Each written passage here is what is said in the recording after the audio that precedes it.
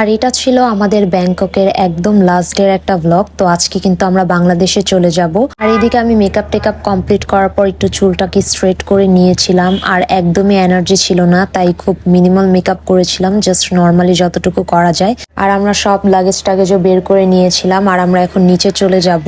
আর আমাদের check out time ছিল হচ্ছে 12টার দিকে, আর আমাদের গাড়ি আসবে হচ্ছে 11টা 45-এর দিকে, তাই আমরা 11:30টার দিকে হচ্ছে লাগেজ টাগেজ বের করে নিয়েছিলাম। আর আমরা লাগেজ কিন্তু 2টা নিয়ে এসেছিলাম, বাট আমাদের এখন হচ্ছে 3টা লাগেজ হয়ে গিয়েছিল, অ্যান্ড কিছু ব্যাগ হচ্ছে আমরা হাতে ক্যারি করব। আর আমরা চেক আউটও করে ফেলেছিলাম। দেন একটু পরেই হচ্ছে আমাদের গাড়ি চলে এসেছিল। দেন এদিকে হচ্ছে ড্রাইভার অ্যান্ড হোটেলের একজন স্টাফ, দুইজন মিলে হচ্ছে আমাদের লাগেজগুলো গাড়ির মধ্যে ঢোকাচ্ছিল। আর ওই দিনের গাড়িটা খুবই সুন্দর ছিল অ্যান্ড অনেক বেশি ভিআইপি ছিল। তো আমি আর আমার বোন সামনেই বসেছিলাম, আর আম্মু আব্বু আর আমার ভাই হচ্ছে পেছনে বসেছিল। আর এখন আমরা কিন্তু ব্যাংকক এয়ারপোর্টের উদ্দেশ্যে রওনা দিয়ে দিয়েছিলাম, আর আমাদের যেতে হয়তো 1 ঘন্টার মতো লাগবে, বেশি একটা সময় লাগবে না। দেখতে দেখতে কিভাবে যে 7 দিন চলে গিয়েছিল সেটা আমরা কেউই বুঝতে পারিনি। অ্যান্ড আমাদের থাইল্যান্ড ট্রিপটা খুবই ভালো গিয়েছিল, অ্যান্ড আমরা অনেক বেশি এনজয় করেছি। আর কথা বলতে বলতে কিন্তু আমরা ব্যাংকক এয়ারপোর্টেও চলে এসেছিলাম, আর এখন আমরা সবাই মিলে হচ্ছে গাড়ি থেকে নামছিলাম। আর আমরা গাড়ি থেকে নামার পরপরই আব্বু হচ্ছে একটা ট্রলি নিয়ে নিয়েছিল। দেন এটার মধ্যে আমরা আমাদের সব ব্যাগগুলো নিয়ে নিয়েছিলাম, লাগেজ অ্যান্ড যেই ব্যাগগুলো আমরা ক্যারি করব সবগুলোই নিয়েছিলাম। তো এখন আমরা হচ্ছে ভেতরে চলে যাব ডিরেক্ট।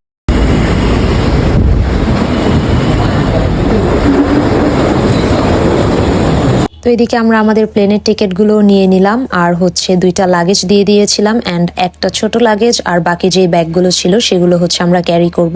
তো এগুলো ওনারা জাস্ট ওয়েটটা চেক করে আমাদেরকে রিটার্ন করে দিয়েছিল।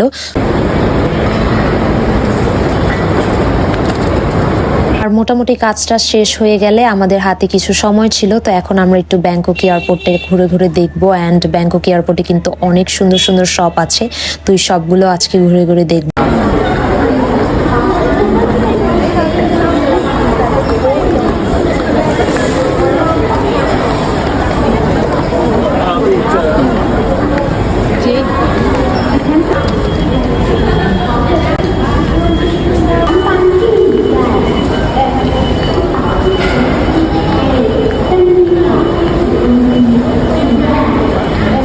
আর আপনারা কিন্তু আগের ব্লগে দেখেছিলেন আব্বু থাইল্যান্ড থেকে হচ্ছে ফোন কিনেছে। যেহেতু আব্বু থাইল্যান্ড থেকে একটা ফোন কিনেছিল, যার কারণে আব্বুকে কিছু টাকা হচ্ছে ব্যাক দেওয়া হবে।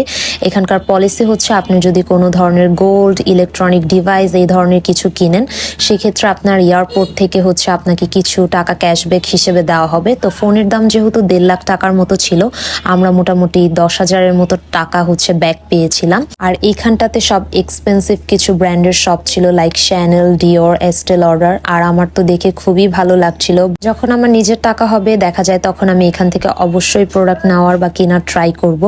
দেন আমরা আদার্স কিছু সবগুলো ছিল সেগুলো একটু ঘুরে ঘুরে দেখছিলাম। আর এখানে আসলে আমার ভাই হচ্ছে খেলনা দেখতে এসেছিল, কারণ আমার ভাইয়ের একটা খেলনা নষ্ট হয়ে গিয়েছিল, যার কারণে ওর মন খুবই খারাপ ছিল। সবটাতে ও কিছু খেলনা দেখেছিল, বাট ওইগুলো ওর কোনোটাই ভালো লাগেনি। আর এইখানটাতে একদম extra virgin coconut oil, coconut body butter, body cream এগুলো পাওয়া যাচ্ছিল। এয়ারপোর্টে ঘুরতে ঘুরতে আমাদের অনেক বেশি ক্ষুধা লেগে গিয়েছিল, তাই এই সব থেকে আমরা ডিসাইড করছিলাম আমরা কিছু খাবার খাবো। অ্যান্ড এখানে মোটামুটি টুকটাক কয়েকটা আইটেম ভালোই ছিল। তো আমরা হচ্ছে একটা স্যান্ডউইচ নিয়েছিলাম, 2টা ব্যানানা চিপস নিয়েছিলাম, একটা ওয়াটার নিয়েছিলাম, আর হচ্ছে ম্যাঙ্গো স্টিকি রাইস নিয়েছিলাম।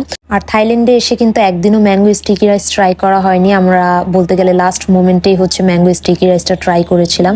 অ্যান্ড সত্যি কথা বলতে বাংলাদেশে আমরা যেটা খেয়েছিলাম সেটার টেস্টও আমাদের কাছে ভালোই লেগেছিল, অ্যান্ড থাইল্যান্ডেরটা বলবো বেস্ট ছিল। এখানেরটা আসলেই খুবই মজা ছিল।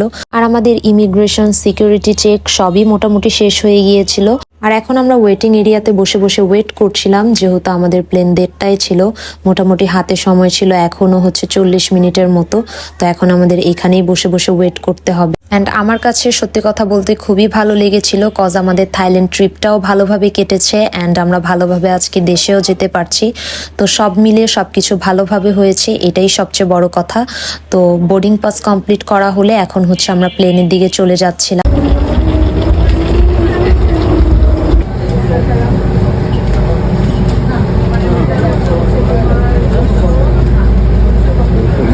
তো প্লেনেও উঠে গিয়েছিলাম আর এখন আমরা আমাদের সিটে গিয়ে বসবো। আর একটা ইন্টারেস্টিং ব্যাপার হচ্ছে প্রত্যেকবারই আমাদের সিট একদম প্লেনের মাঝামাঝি পজিশনে ছিল। আর পুরো থাইল্যান্ড ট্রিপে আমাদের প্লেনে ওঠা লেগেছে মোট 4বার, আর এর মধ্যে 2বার ছিল ডোমেস্টিক ফ্লাইট। আর প্রত্যেকবার ফ্লাইটেই হচ্ছে আমাদের সিট ছিল হচ্ছে একদম মিডলে। তো আমাদের প্লেন কিন্তু অলরেডি ফ্লাই করে ফেলেছিল। আর এখন এই সুন্দর ভিউটা আমি একটু ভিডিও করলাম। আর ভিউ দেখতে দেখতে আমাদের লাঞ্চ দিয়ে দিয়েছিল। আর লাঞ্চে 2টা অপশন ছিল, বিফ অ্যান্ড চিকেন। আর এবার হচ্ছে আমি চিকেন নিয়েছিলাম, আর পাশাপাশি একটা ডেজার্ট অ্যান্ড পানিও দেওয়া হয়েছিল। আর চিকেনের যে আইটেমটা ওইখানে mainly vegetable, chicken curry and fried rice দেওয়া হয়। আর আমার বোন আর আমার আম্মু নিয়েছিল বিফ। তো বিফে হচ্ছে আপনাদেরকে হচ্ছে বিফ কারি দেওয়া হবে অ্যান্ড হচ্ছে পোলাও দেওয়া হবে, বাট বিফ থেকে হচ্ছে চিকেনটাই বেশি মজা ছিল। তো এখানে আমি আমার লাঞ্চটা কমপ্লিট করে নিচ্ছিলাম অ্যান্ড একটু ক্ষুধাও লেগে গিয়েছিল, যেহেতু প্লেনে উঠতে উঠতে অলমোস্ট 2টার উপরে বেজে গিয়েছিল আর লাঞ্চ দিতে দিতে 2:30টার মতো বেজে গিয়েছে। তাই যেহেতু সকালে তেমন একটা খাওয়া দাওয়া হয়নি, তাই আমার অনেক বেশি ওই দিন ক্ষুধা লেগে গিয়েছিল। তো এখানে আমি আমার লাঞ্চটা কমপ্লিট করে নিয়েছিলাম। আর লাঞ্চ কমপ্লিট করা হয়ে গেলে এখানে ওনারা সফট ড্রিঙ্কসও দিয়েছিল, তো আমি কোকটাই নিয়েছিলাম। আর এখন আমি হচ্ছে একটু ওনাদের যে ফিরনিটা ছিল সেটা একটু ট্রাই করেছিলাম। জাস্ট আমি 2 চামচ খেয়ে দেন বাকিটুকু হচ্ছে আম্মুকে দিয়ে দিয়েছিলাম, যেহেতু আমি মিষ্টি অত একটা খাই না। আর এদিকে আব্বুকে একদম ধরে আমার ভাই হচ্ছে শুয়েছিল, তো আমি ওকে একটু ভিডিও করছিলাম আর ওকে কিন্তু খুবই কিউট লাগছিল। আর আমরা কিন্তু বাংলাদেশে চলে এসেছিলাম আর কিছুক্ষণের মধ্যেই কিন্তু আমাদের প্লেনটা ল্যান্ড করবে।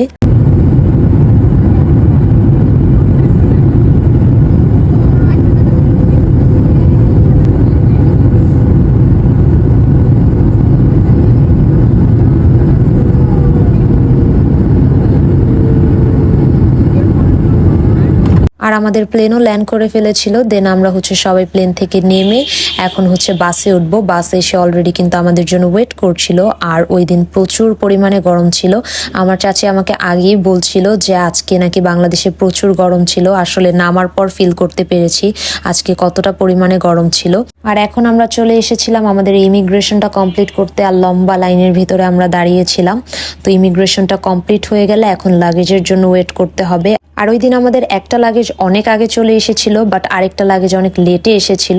তো লাগেজ টাগেজ নিয়ে আমি আর তখন কোনো ভিডিও করিনি, ডিরেক্ট আমি গাড়িতে উঠে দেন ভিডিও স্টার্ট করেছি। আর তো আজকের ব্লগটি এ পর্যন্তই ছিল। আশা করি ব্লগটি আপনাদের কাছে ভালো লাগবে। আল্লাহ হাফেজ সবাইকে।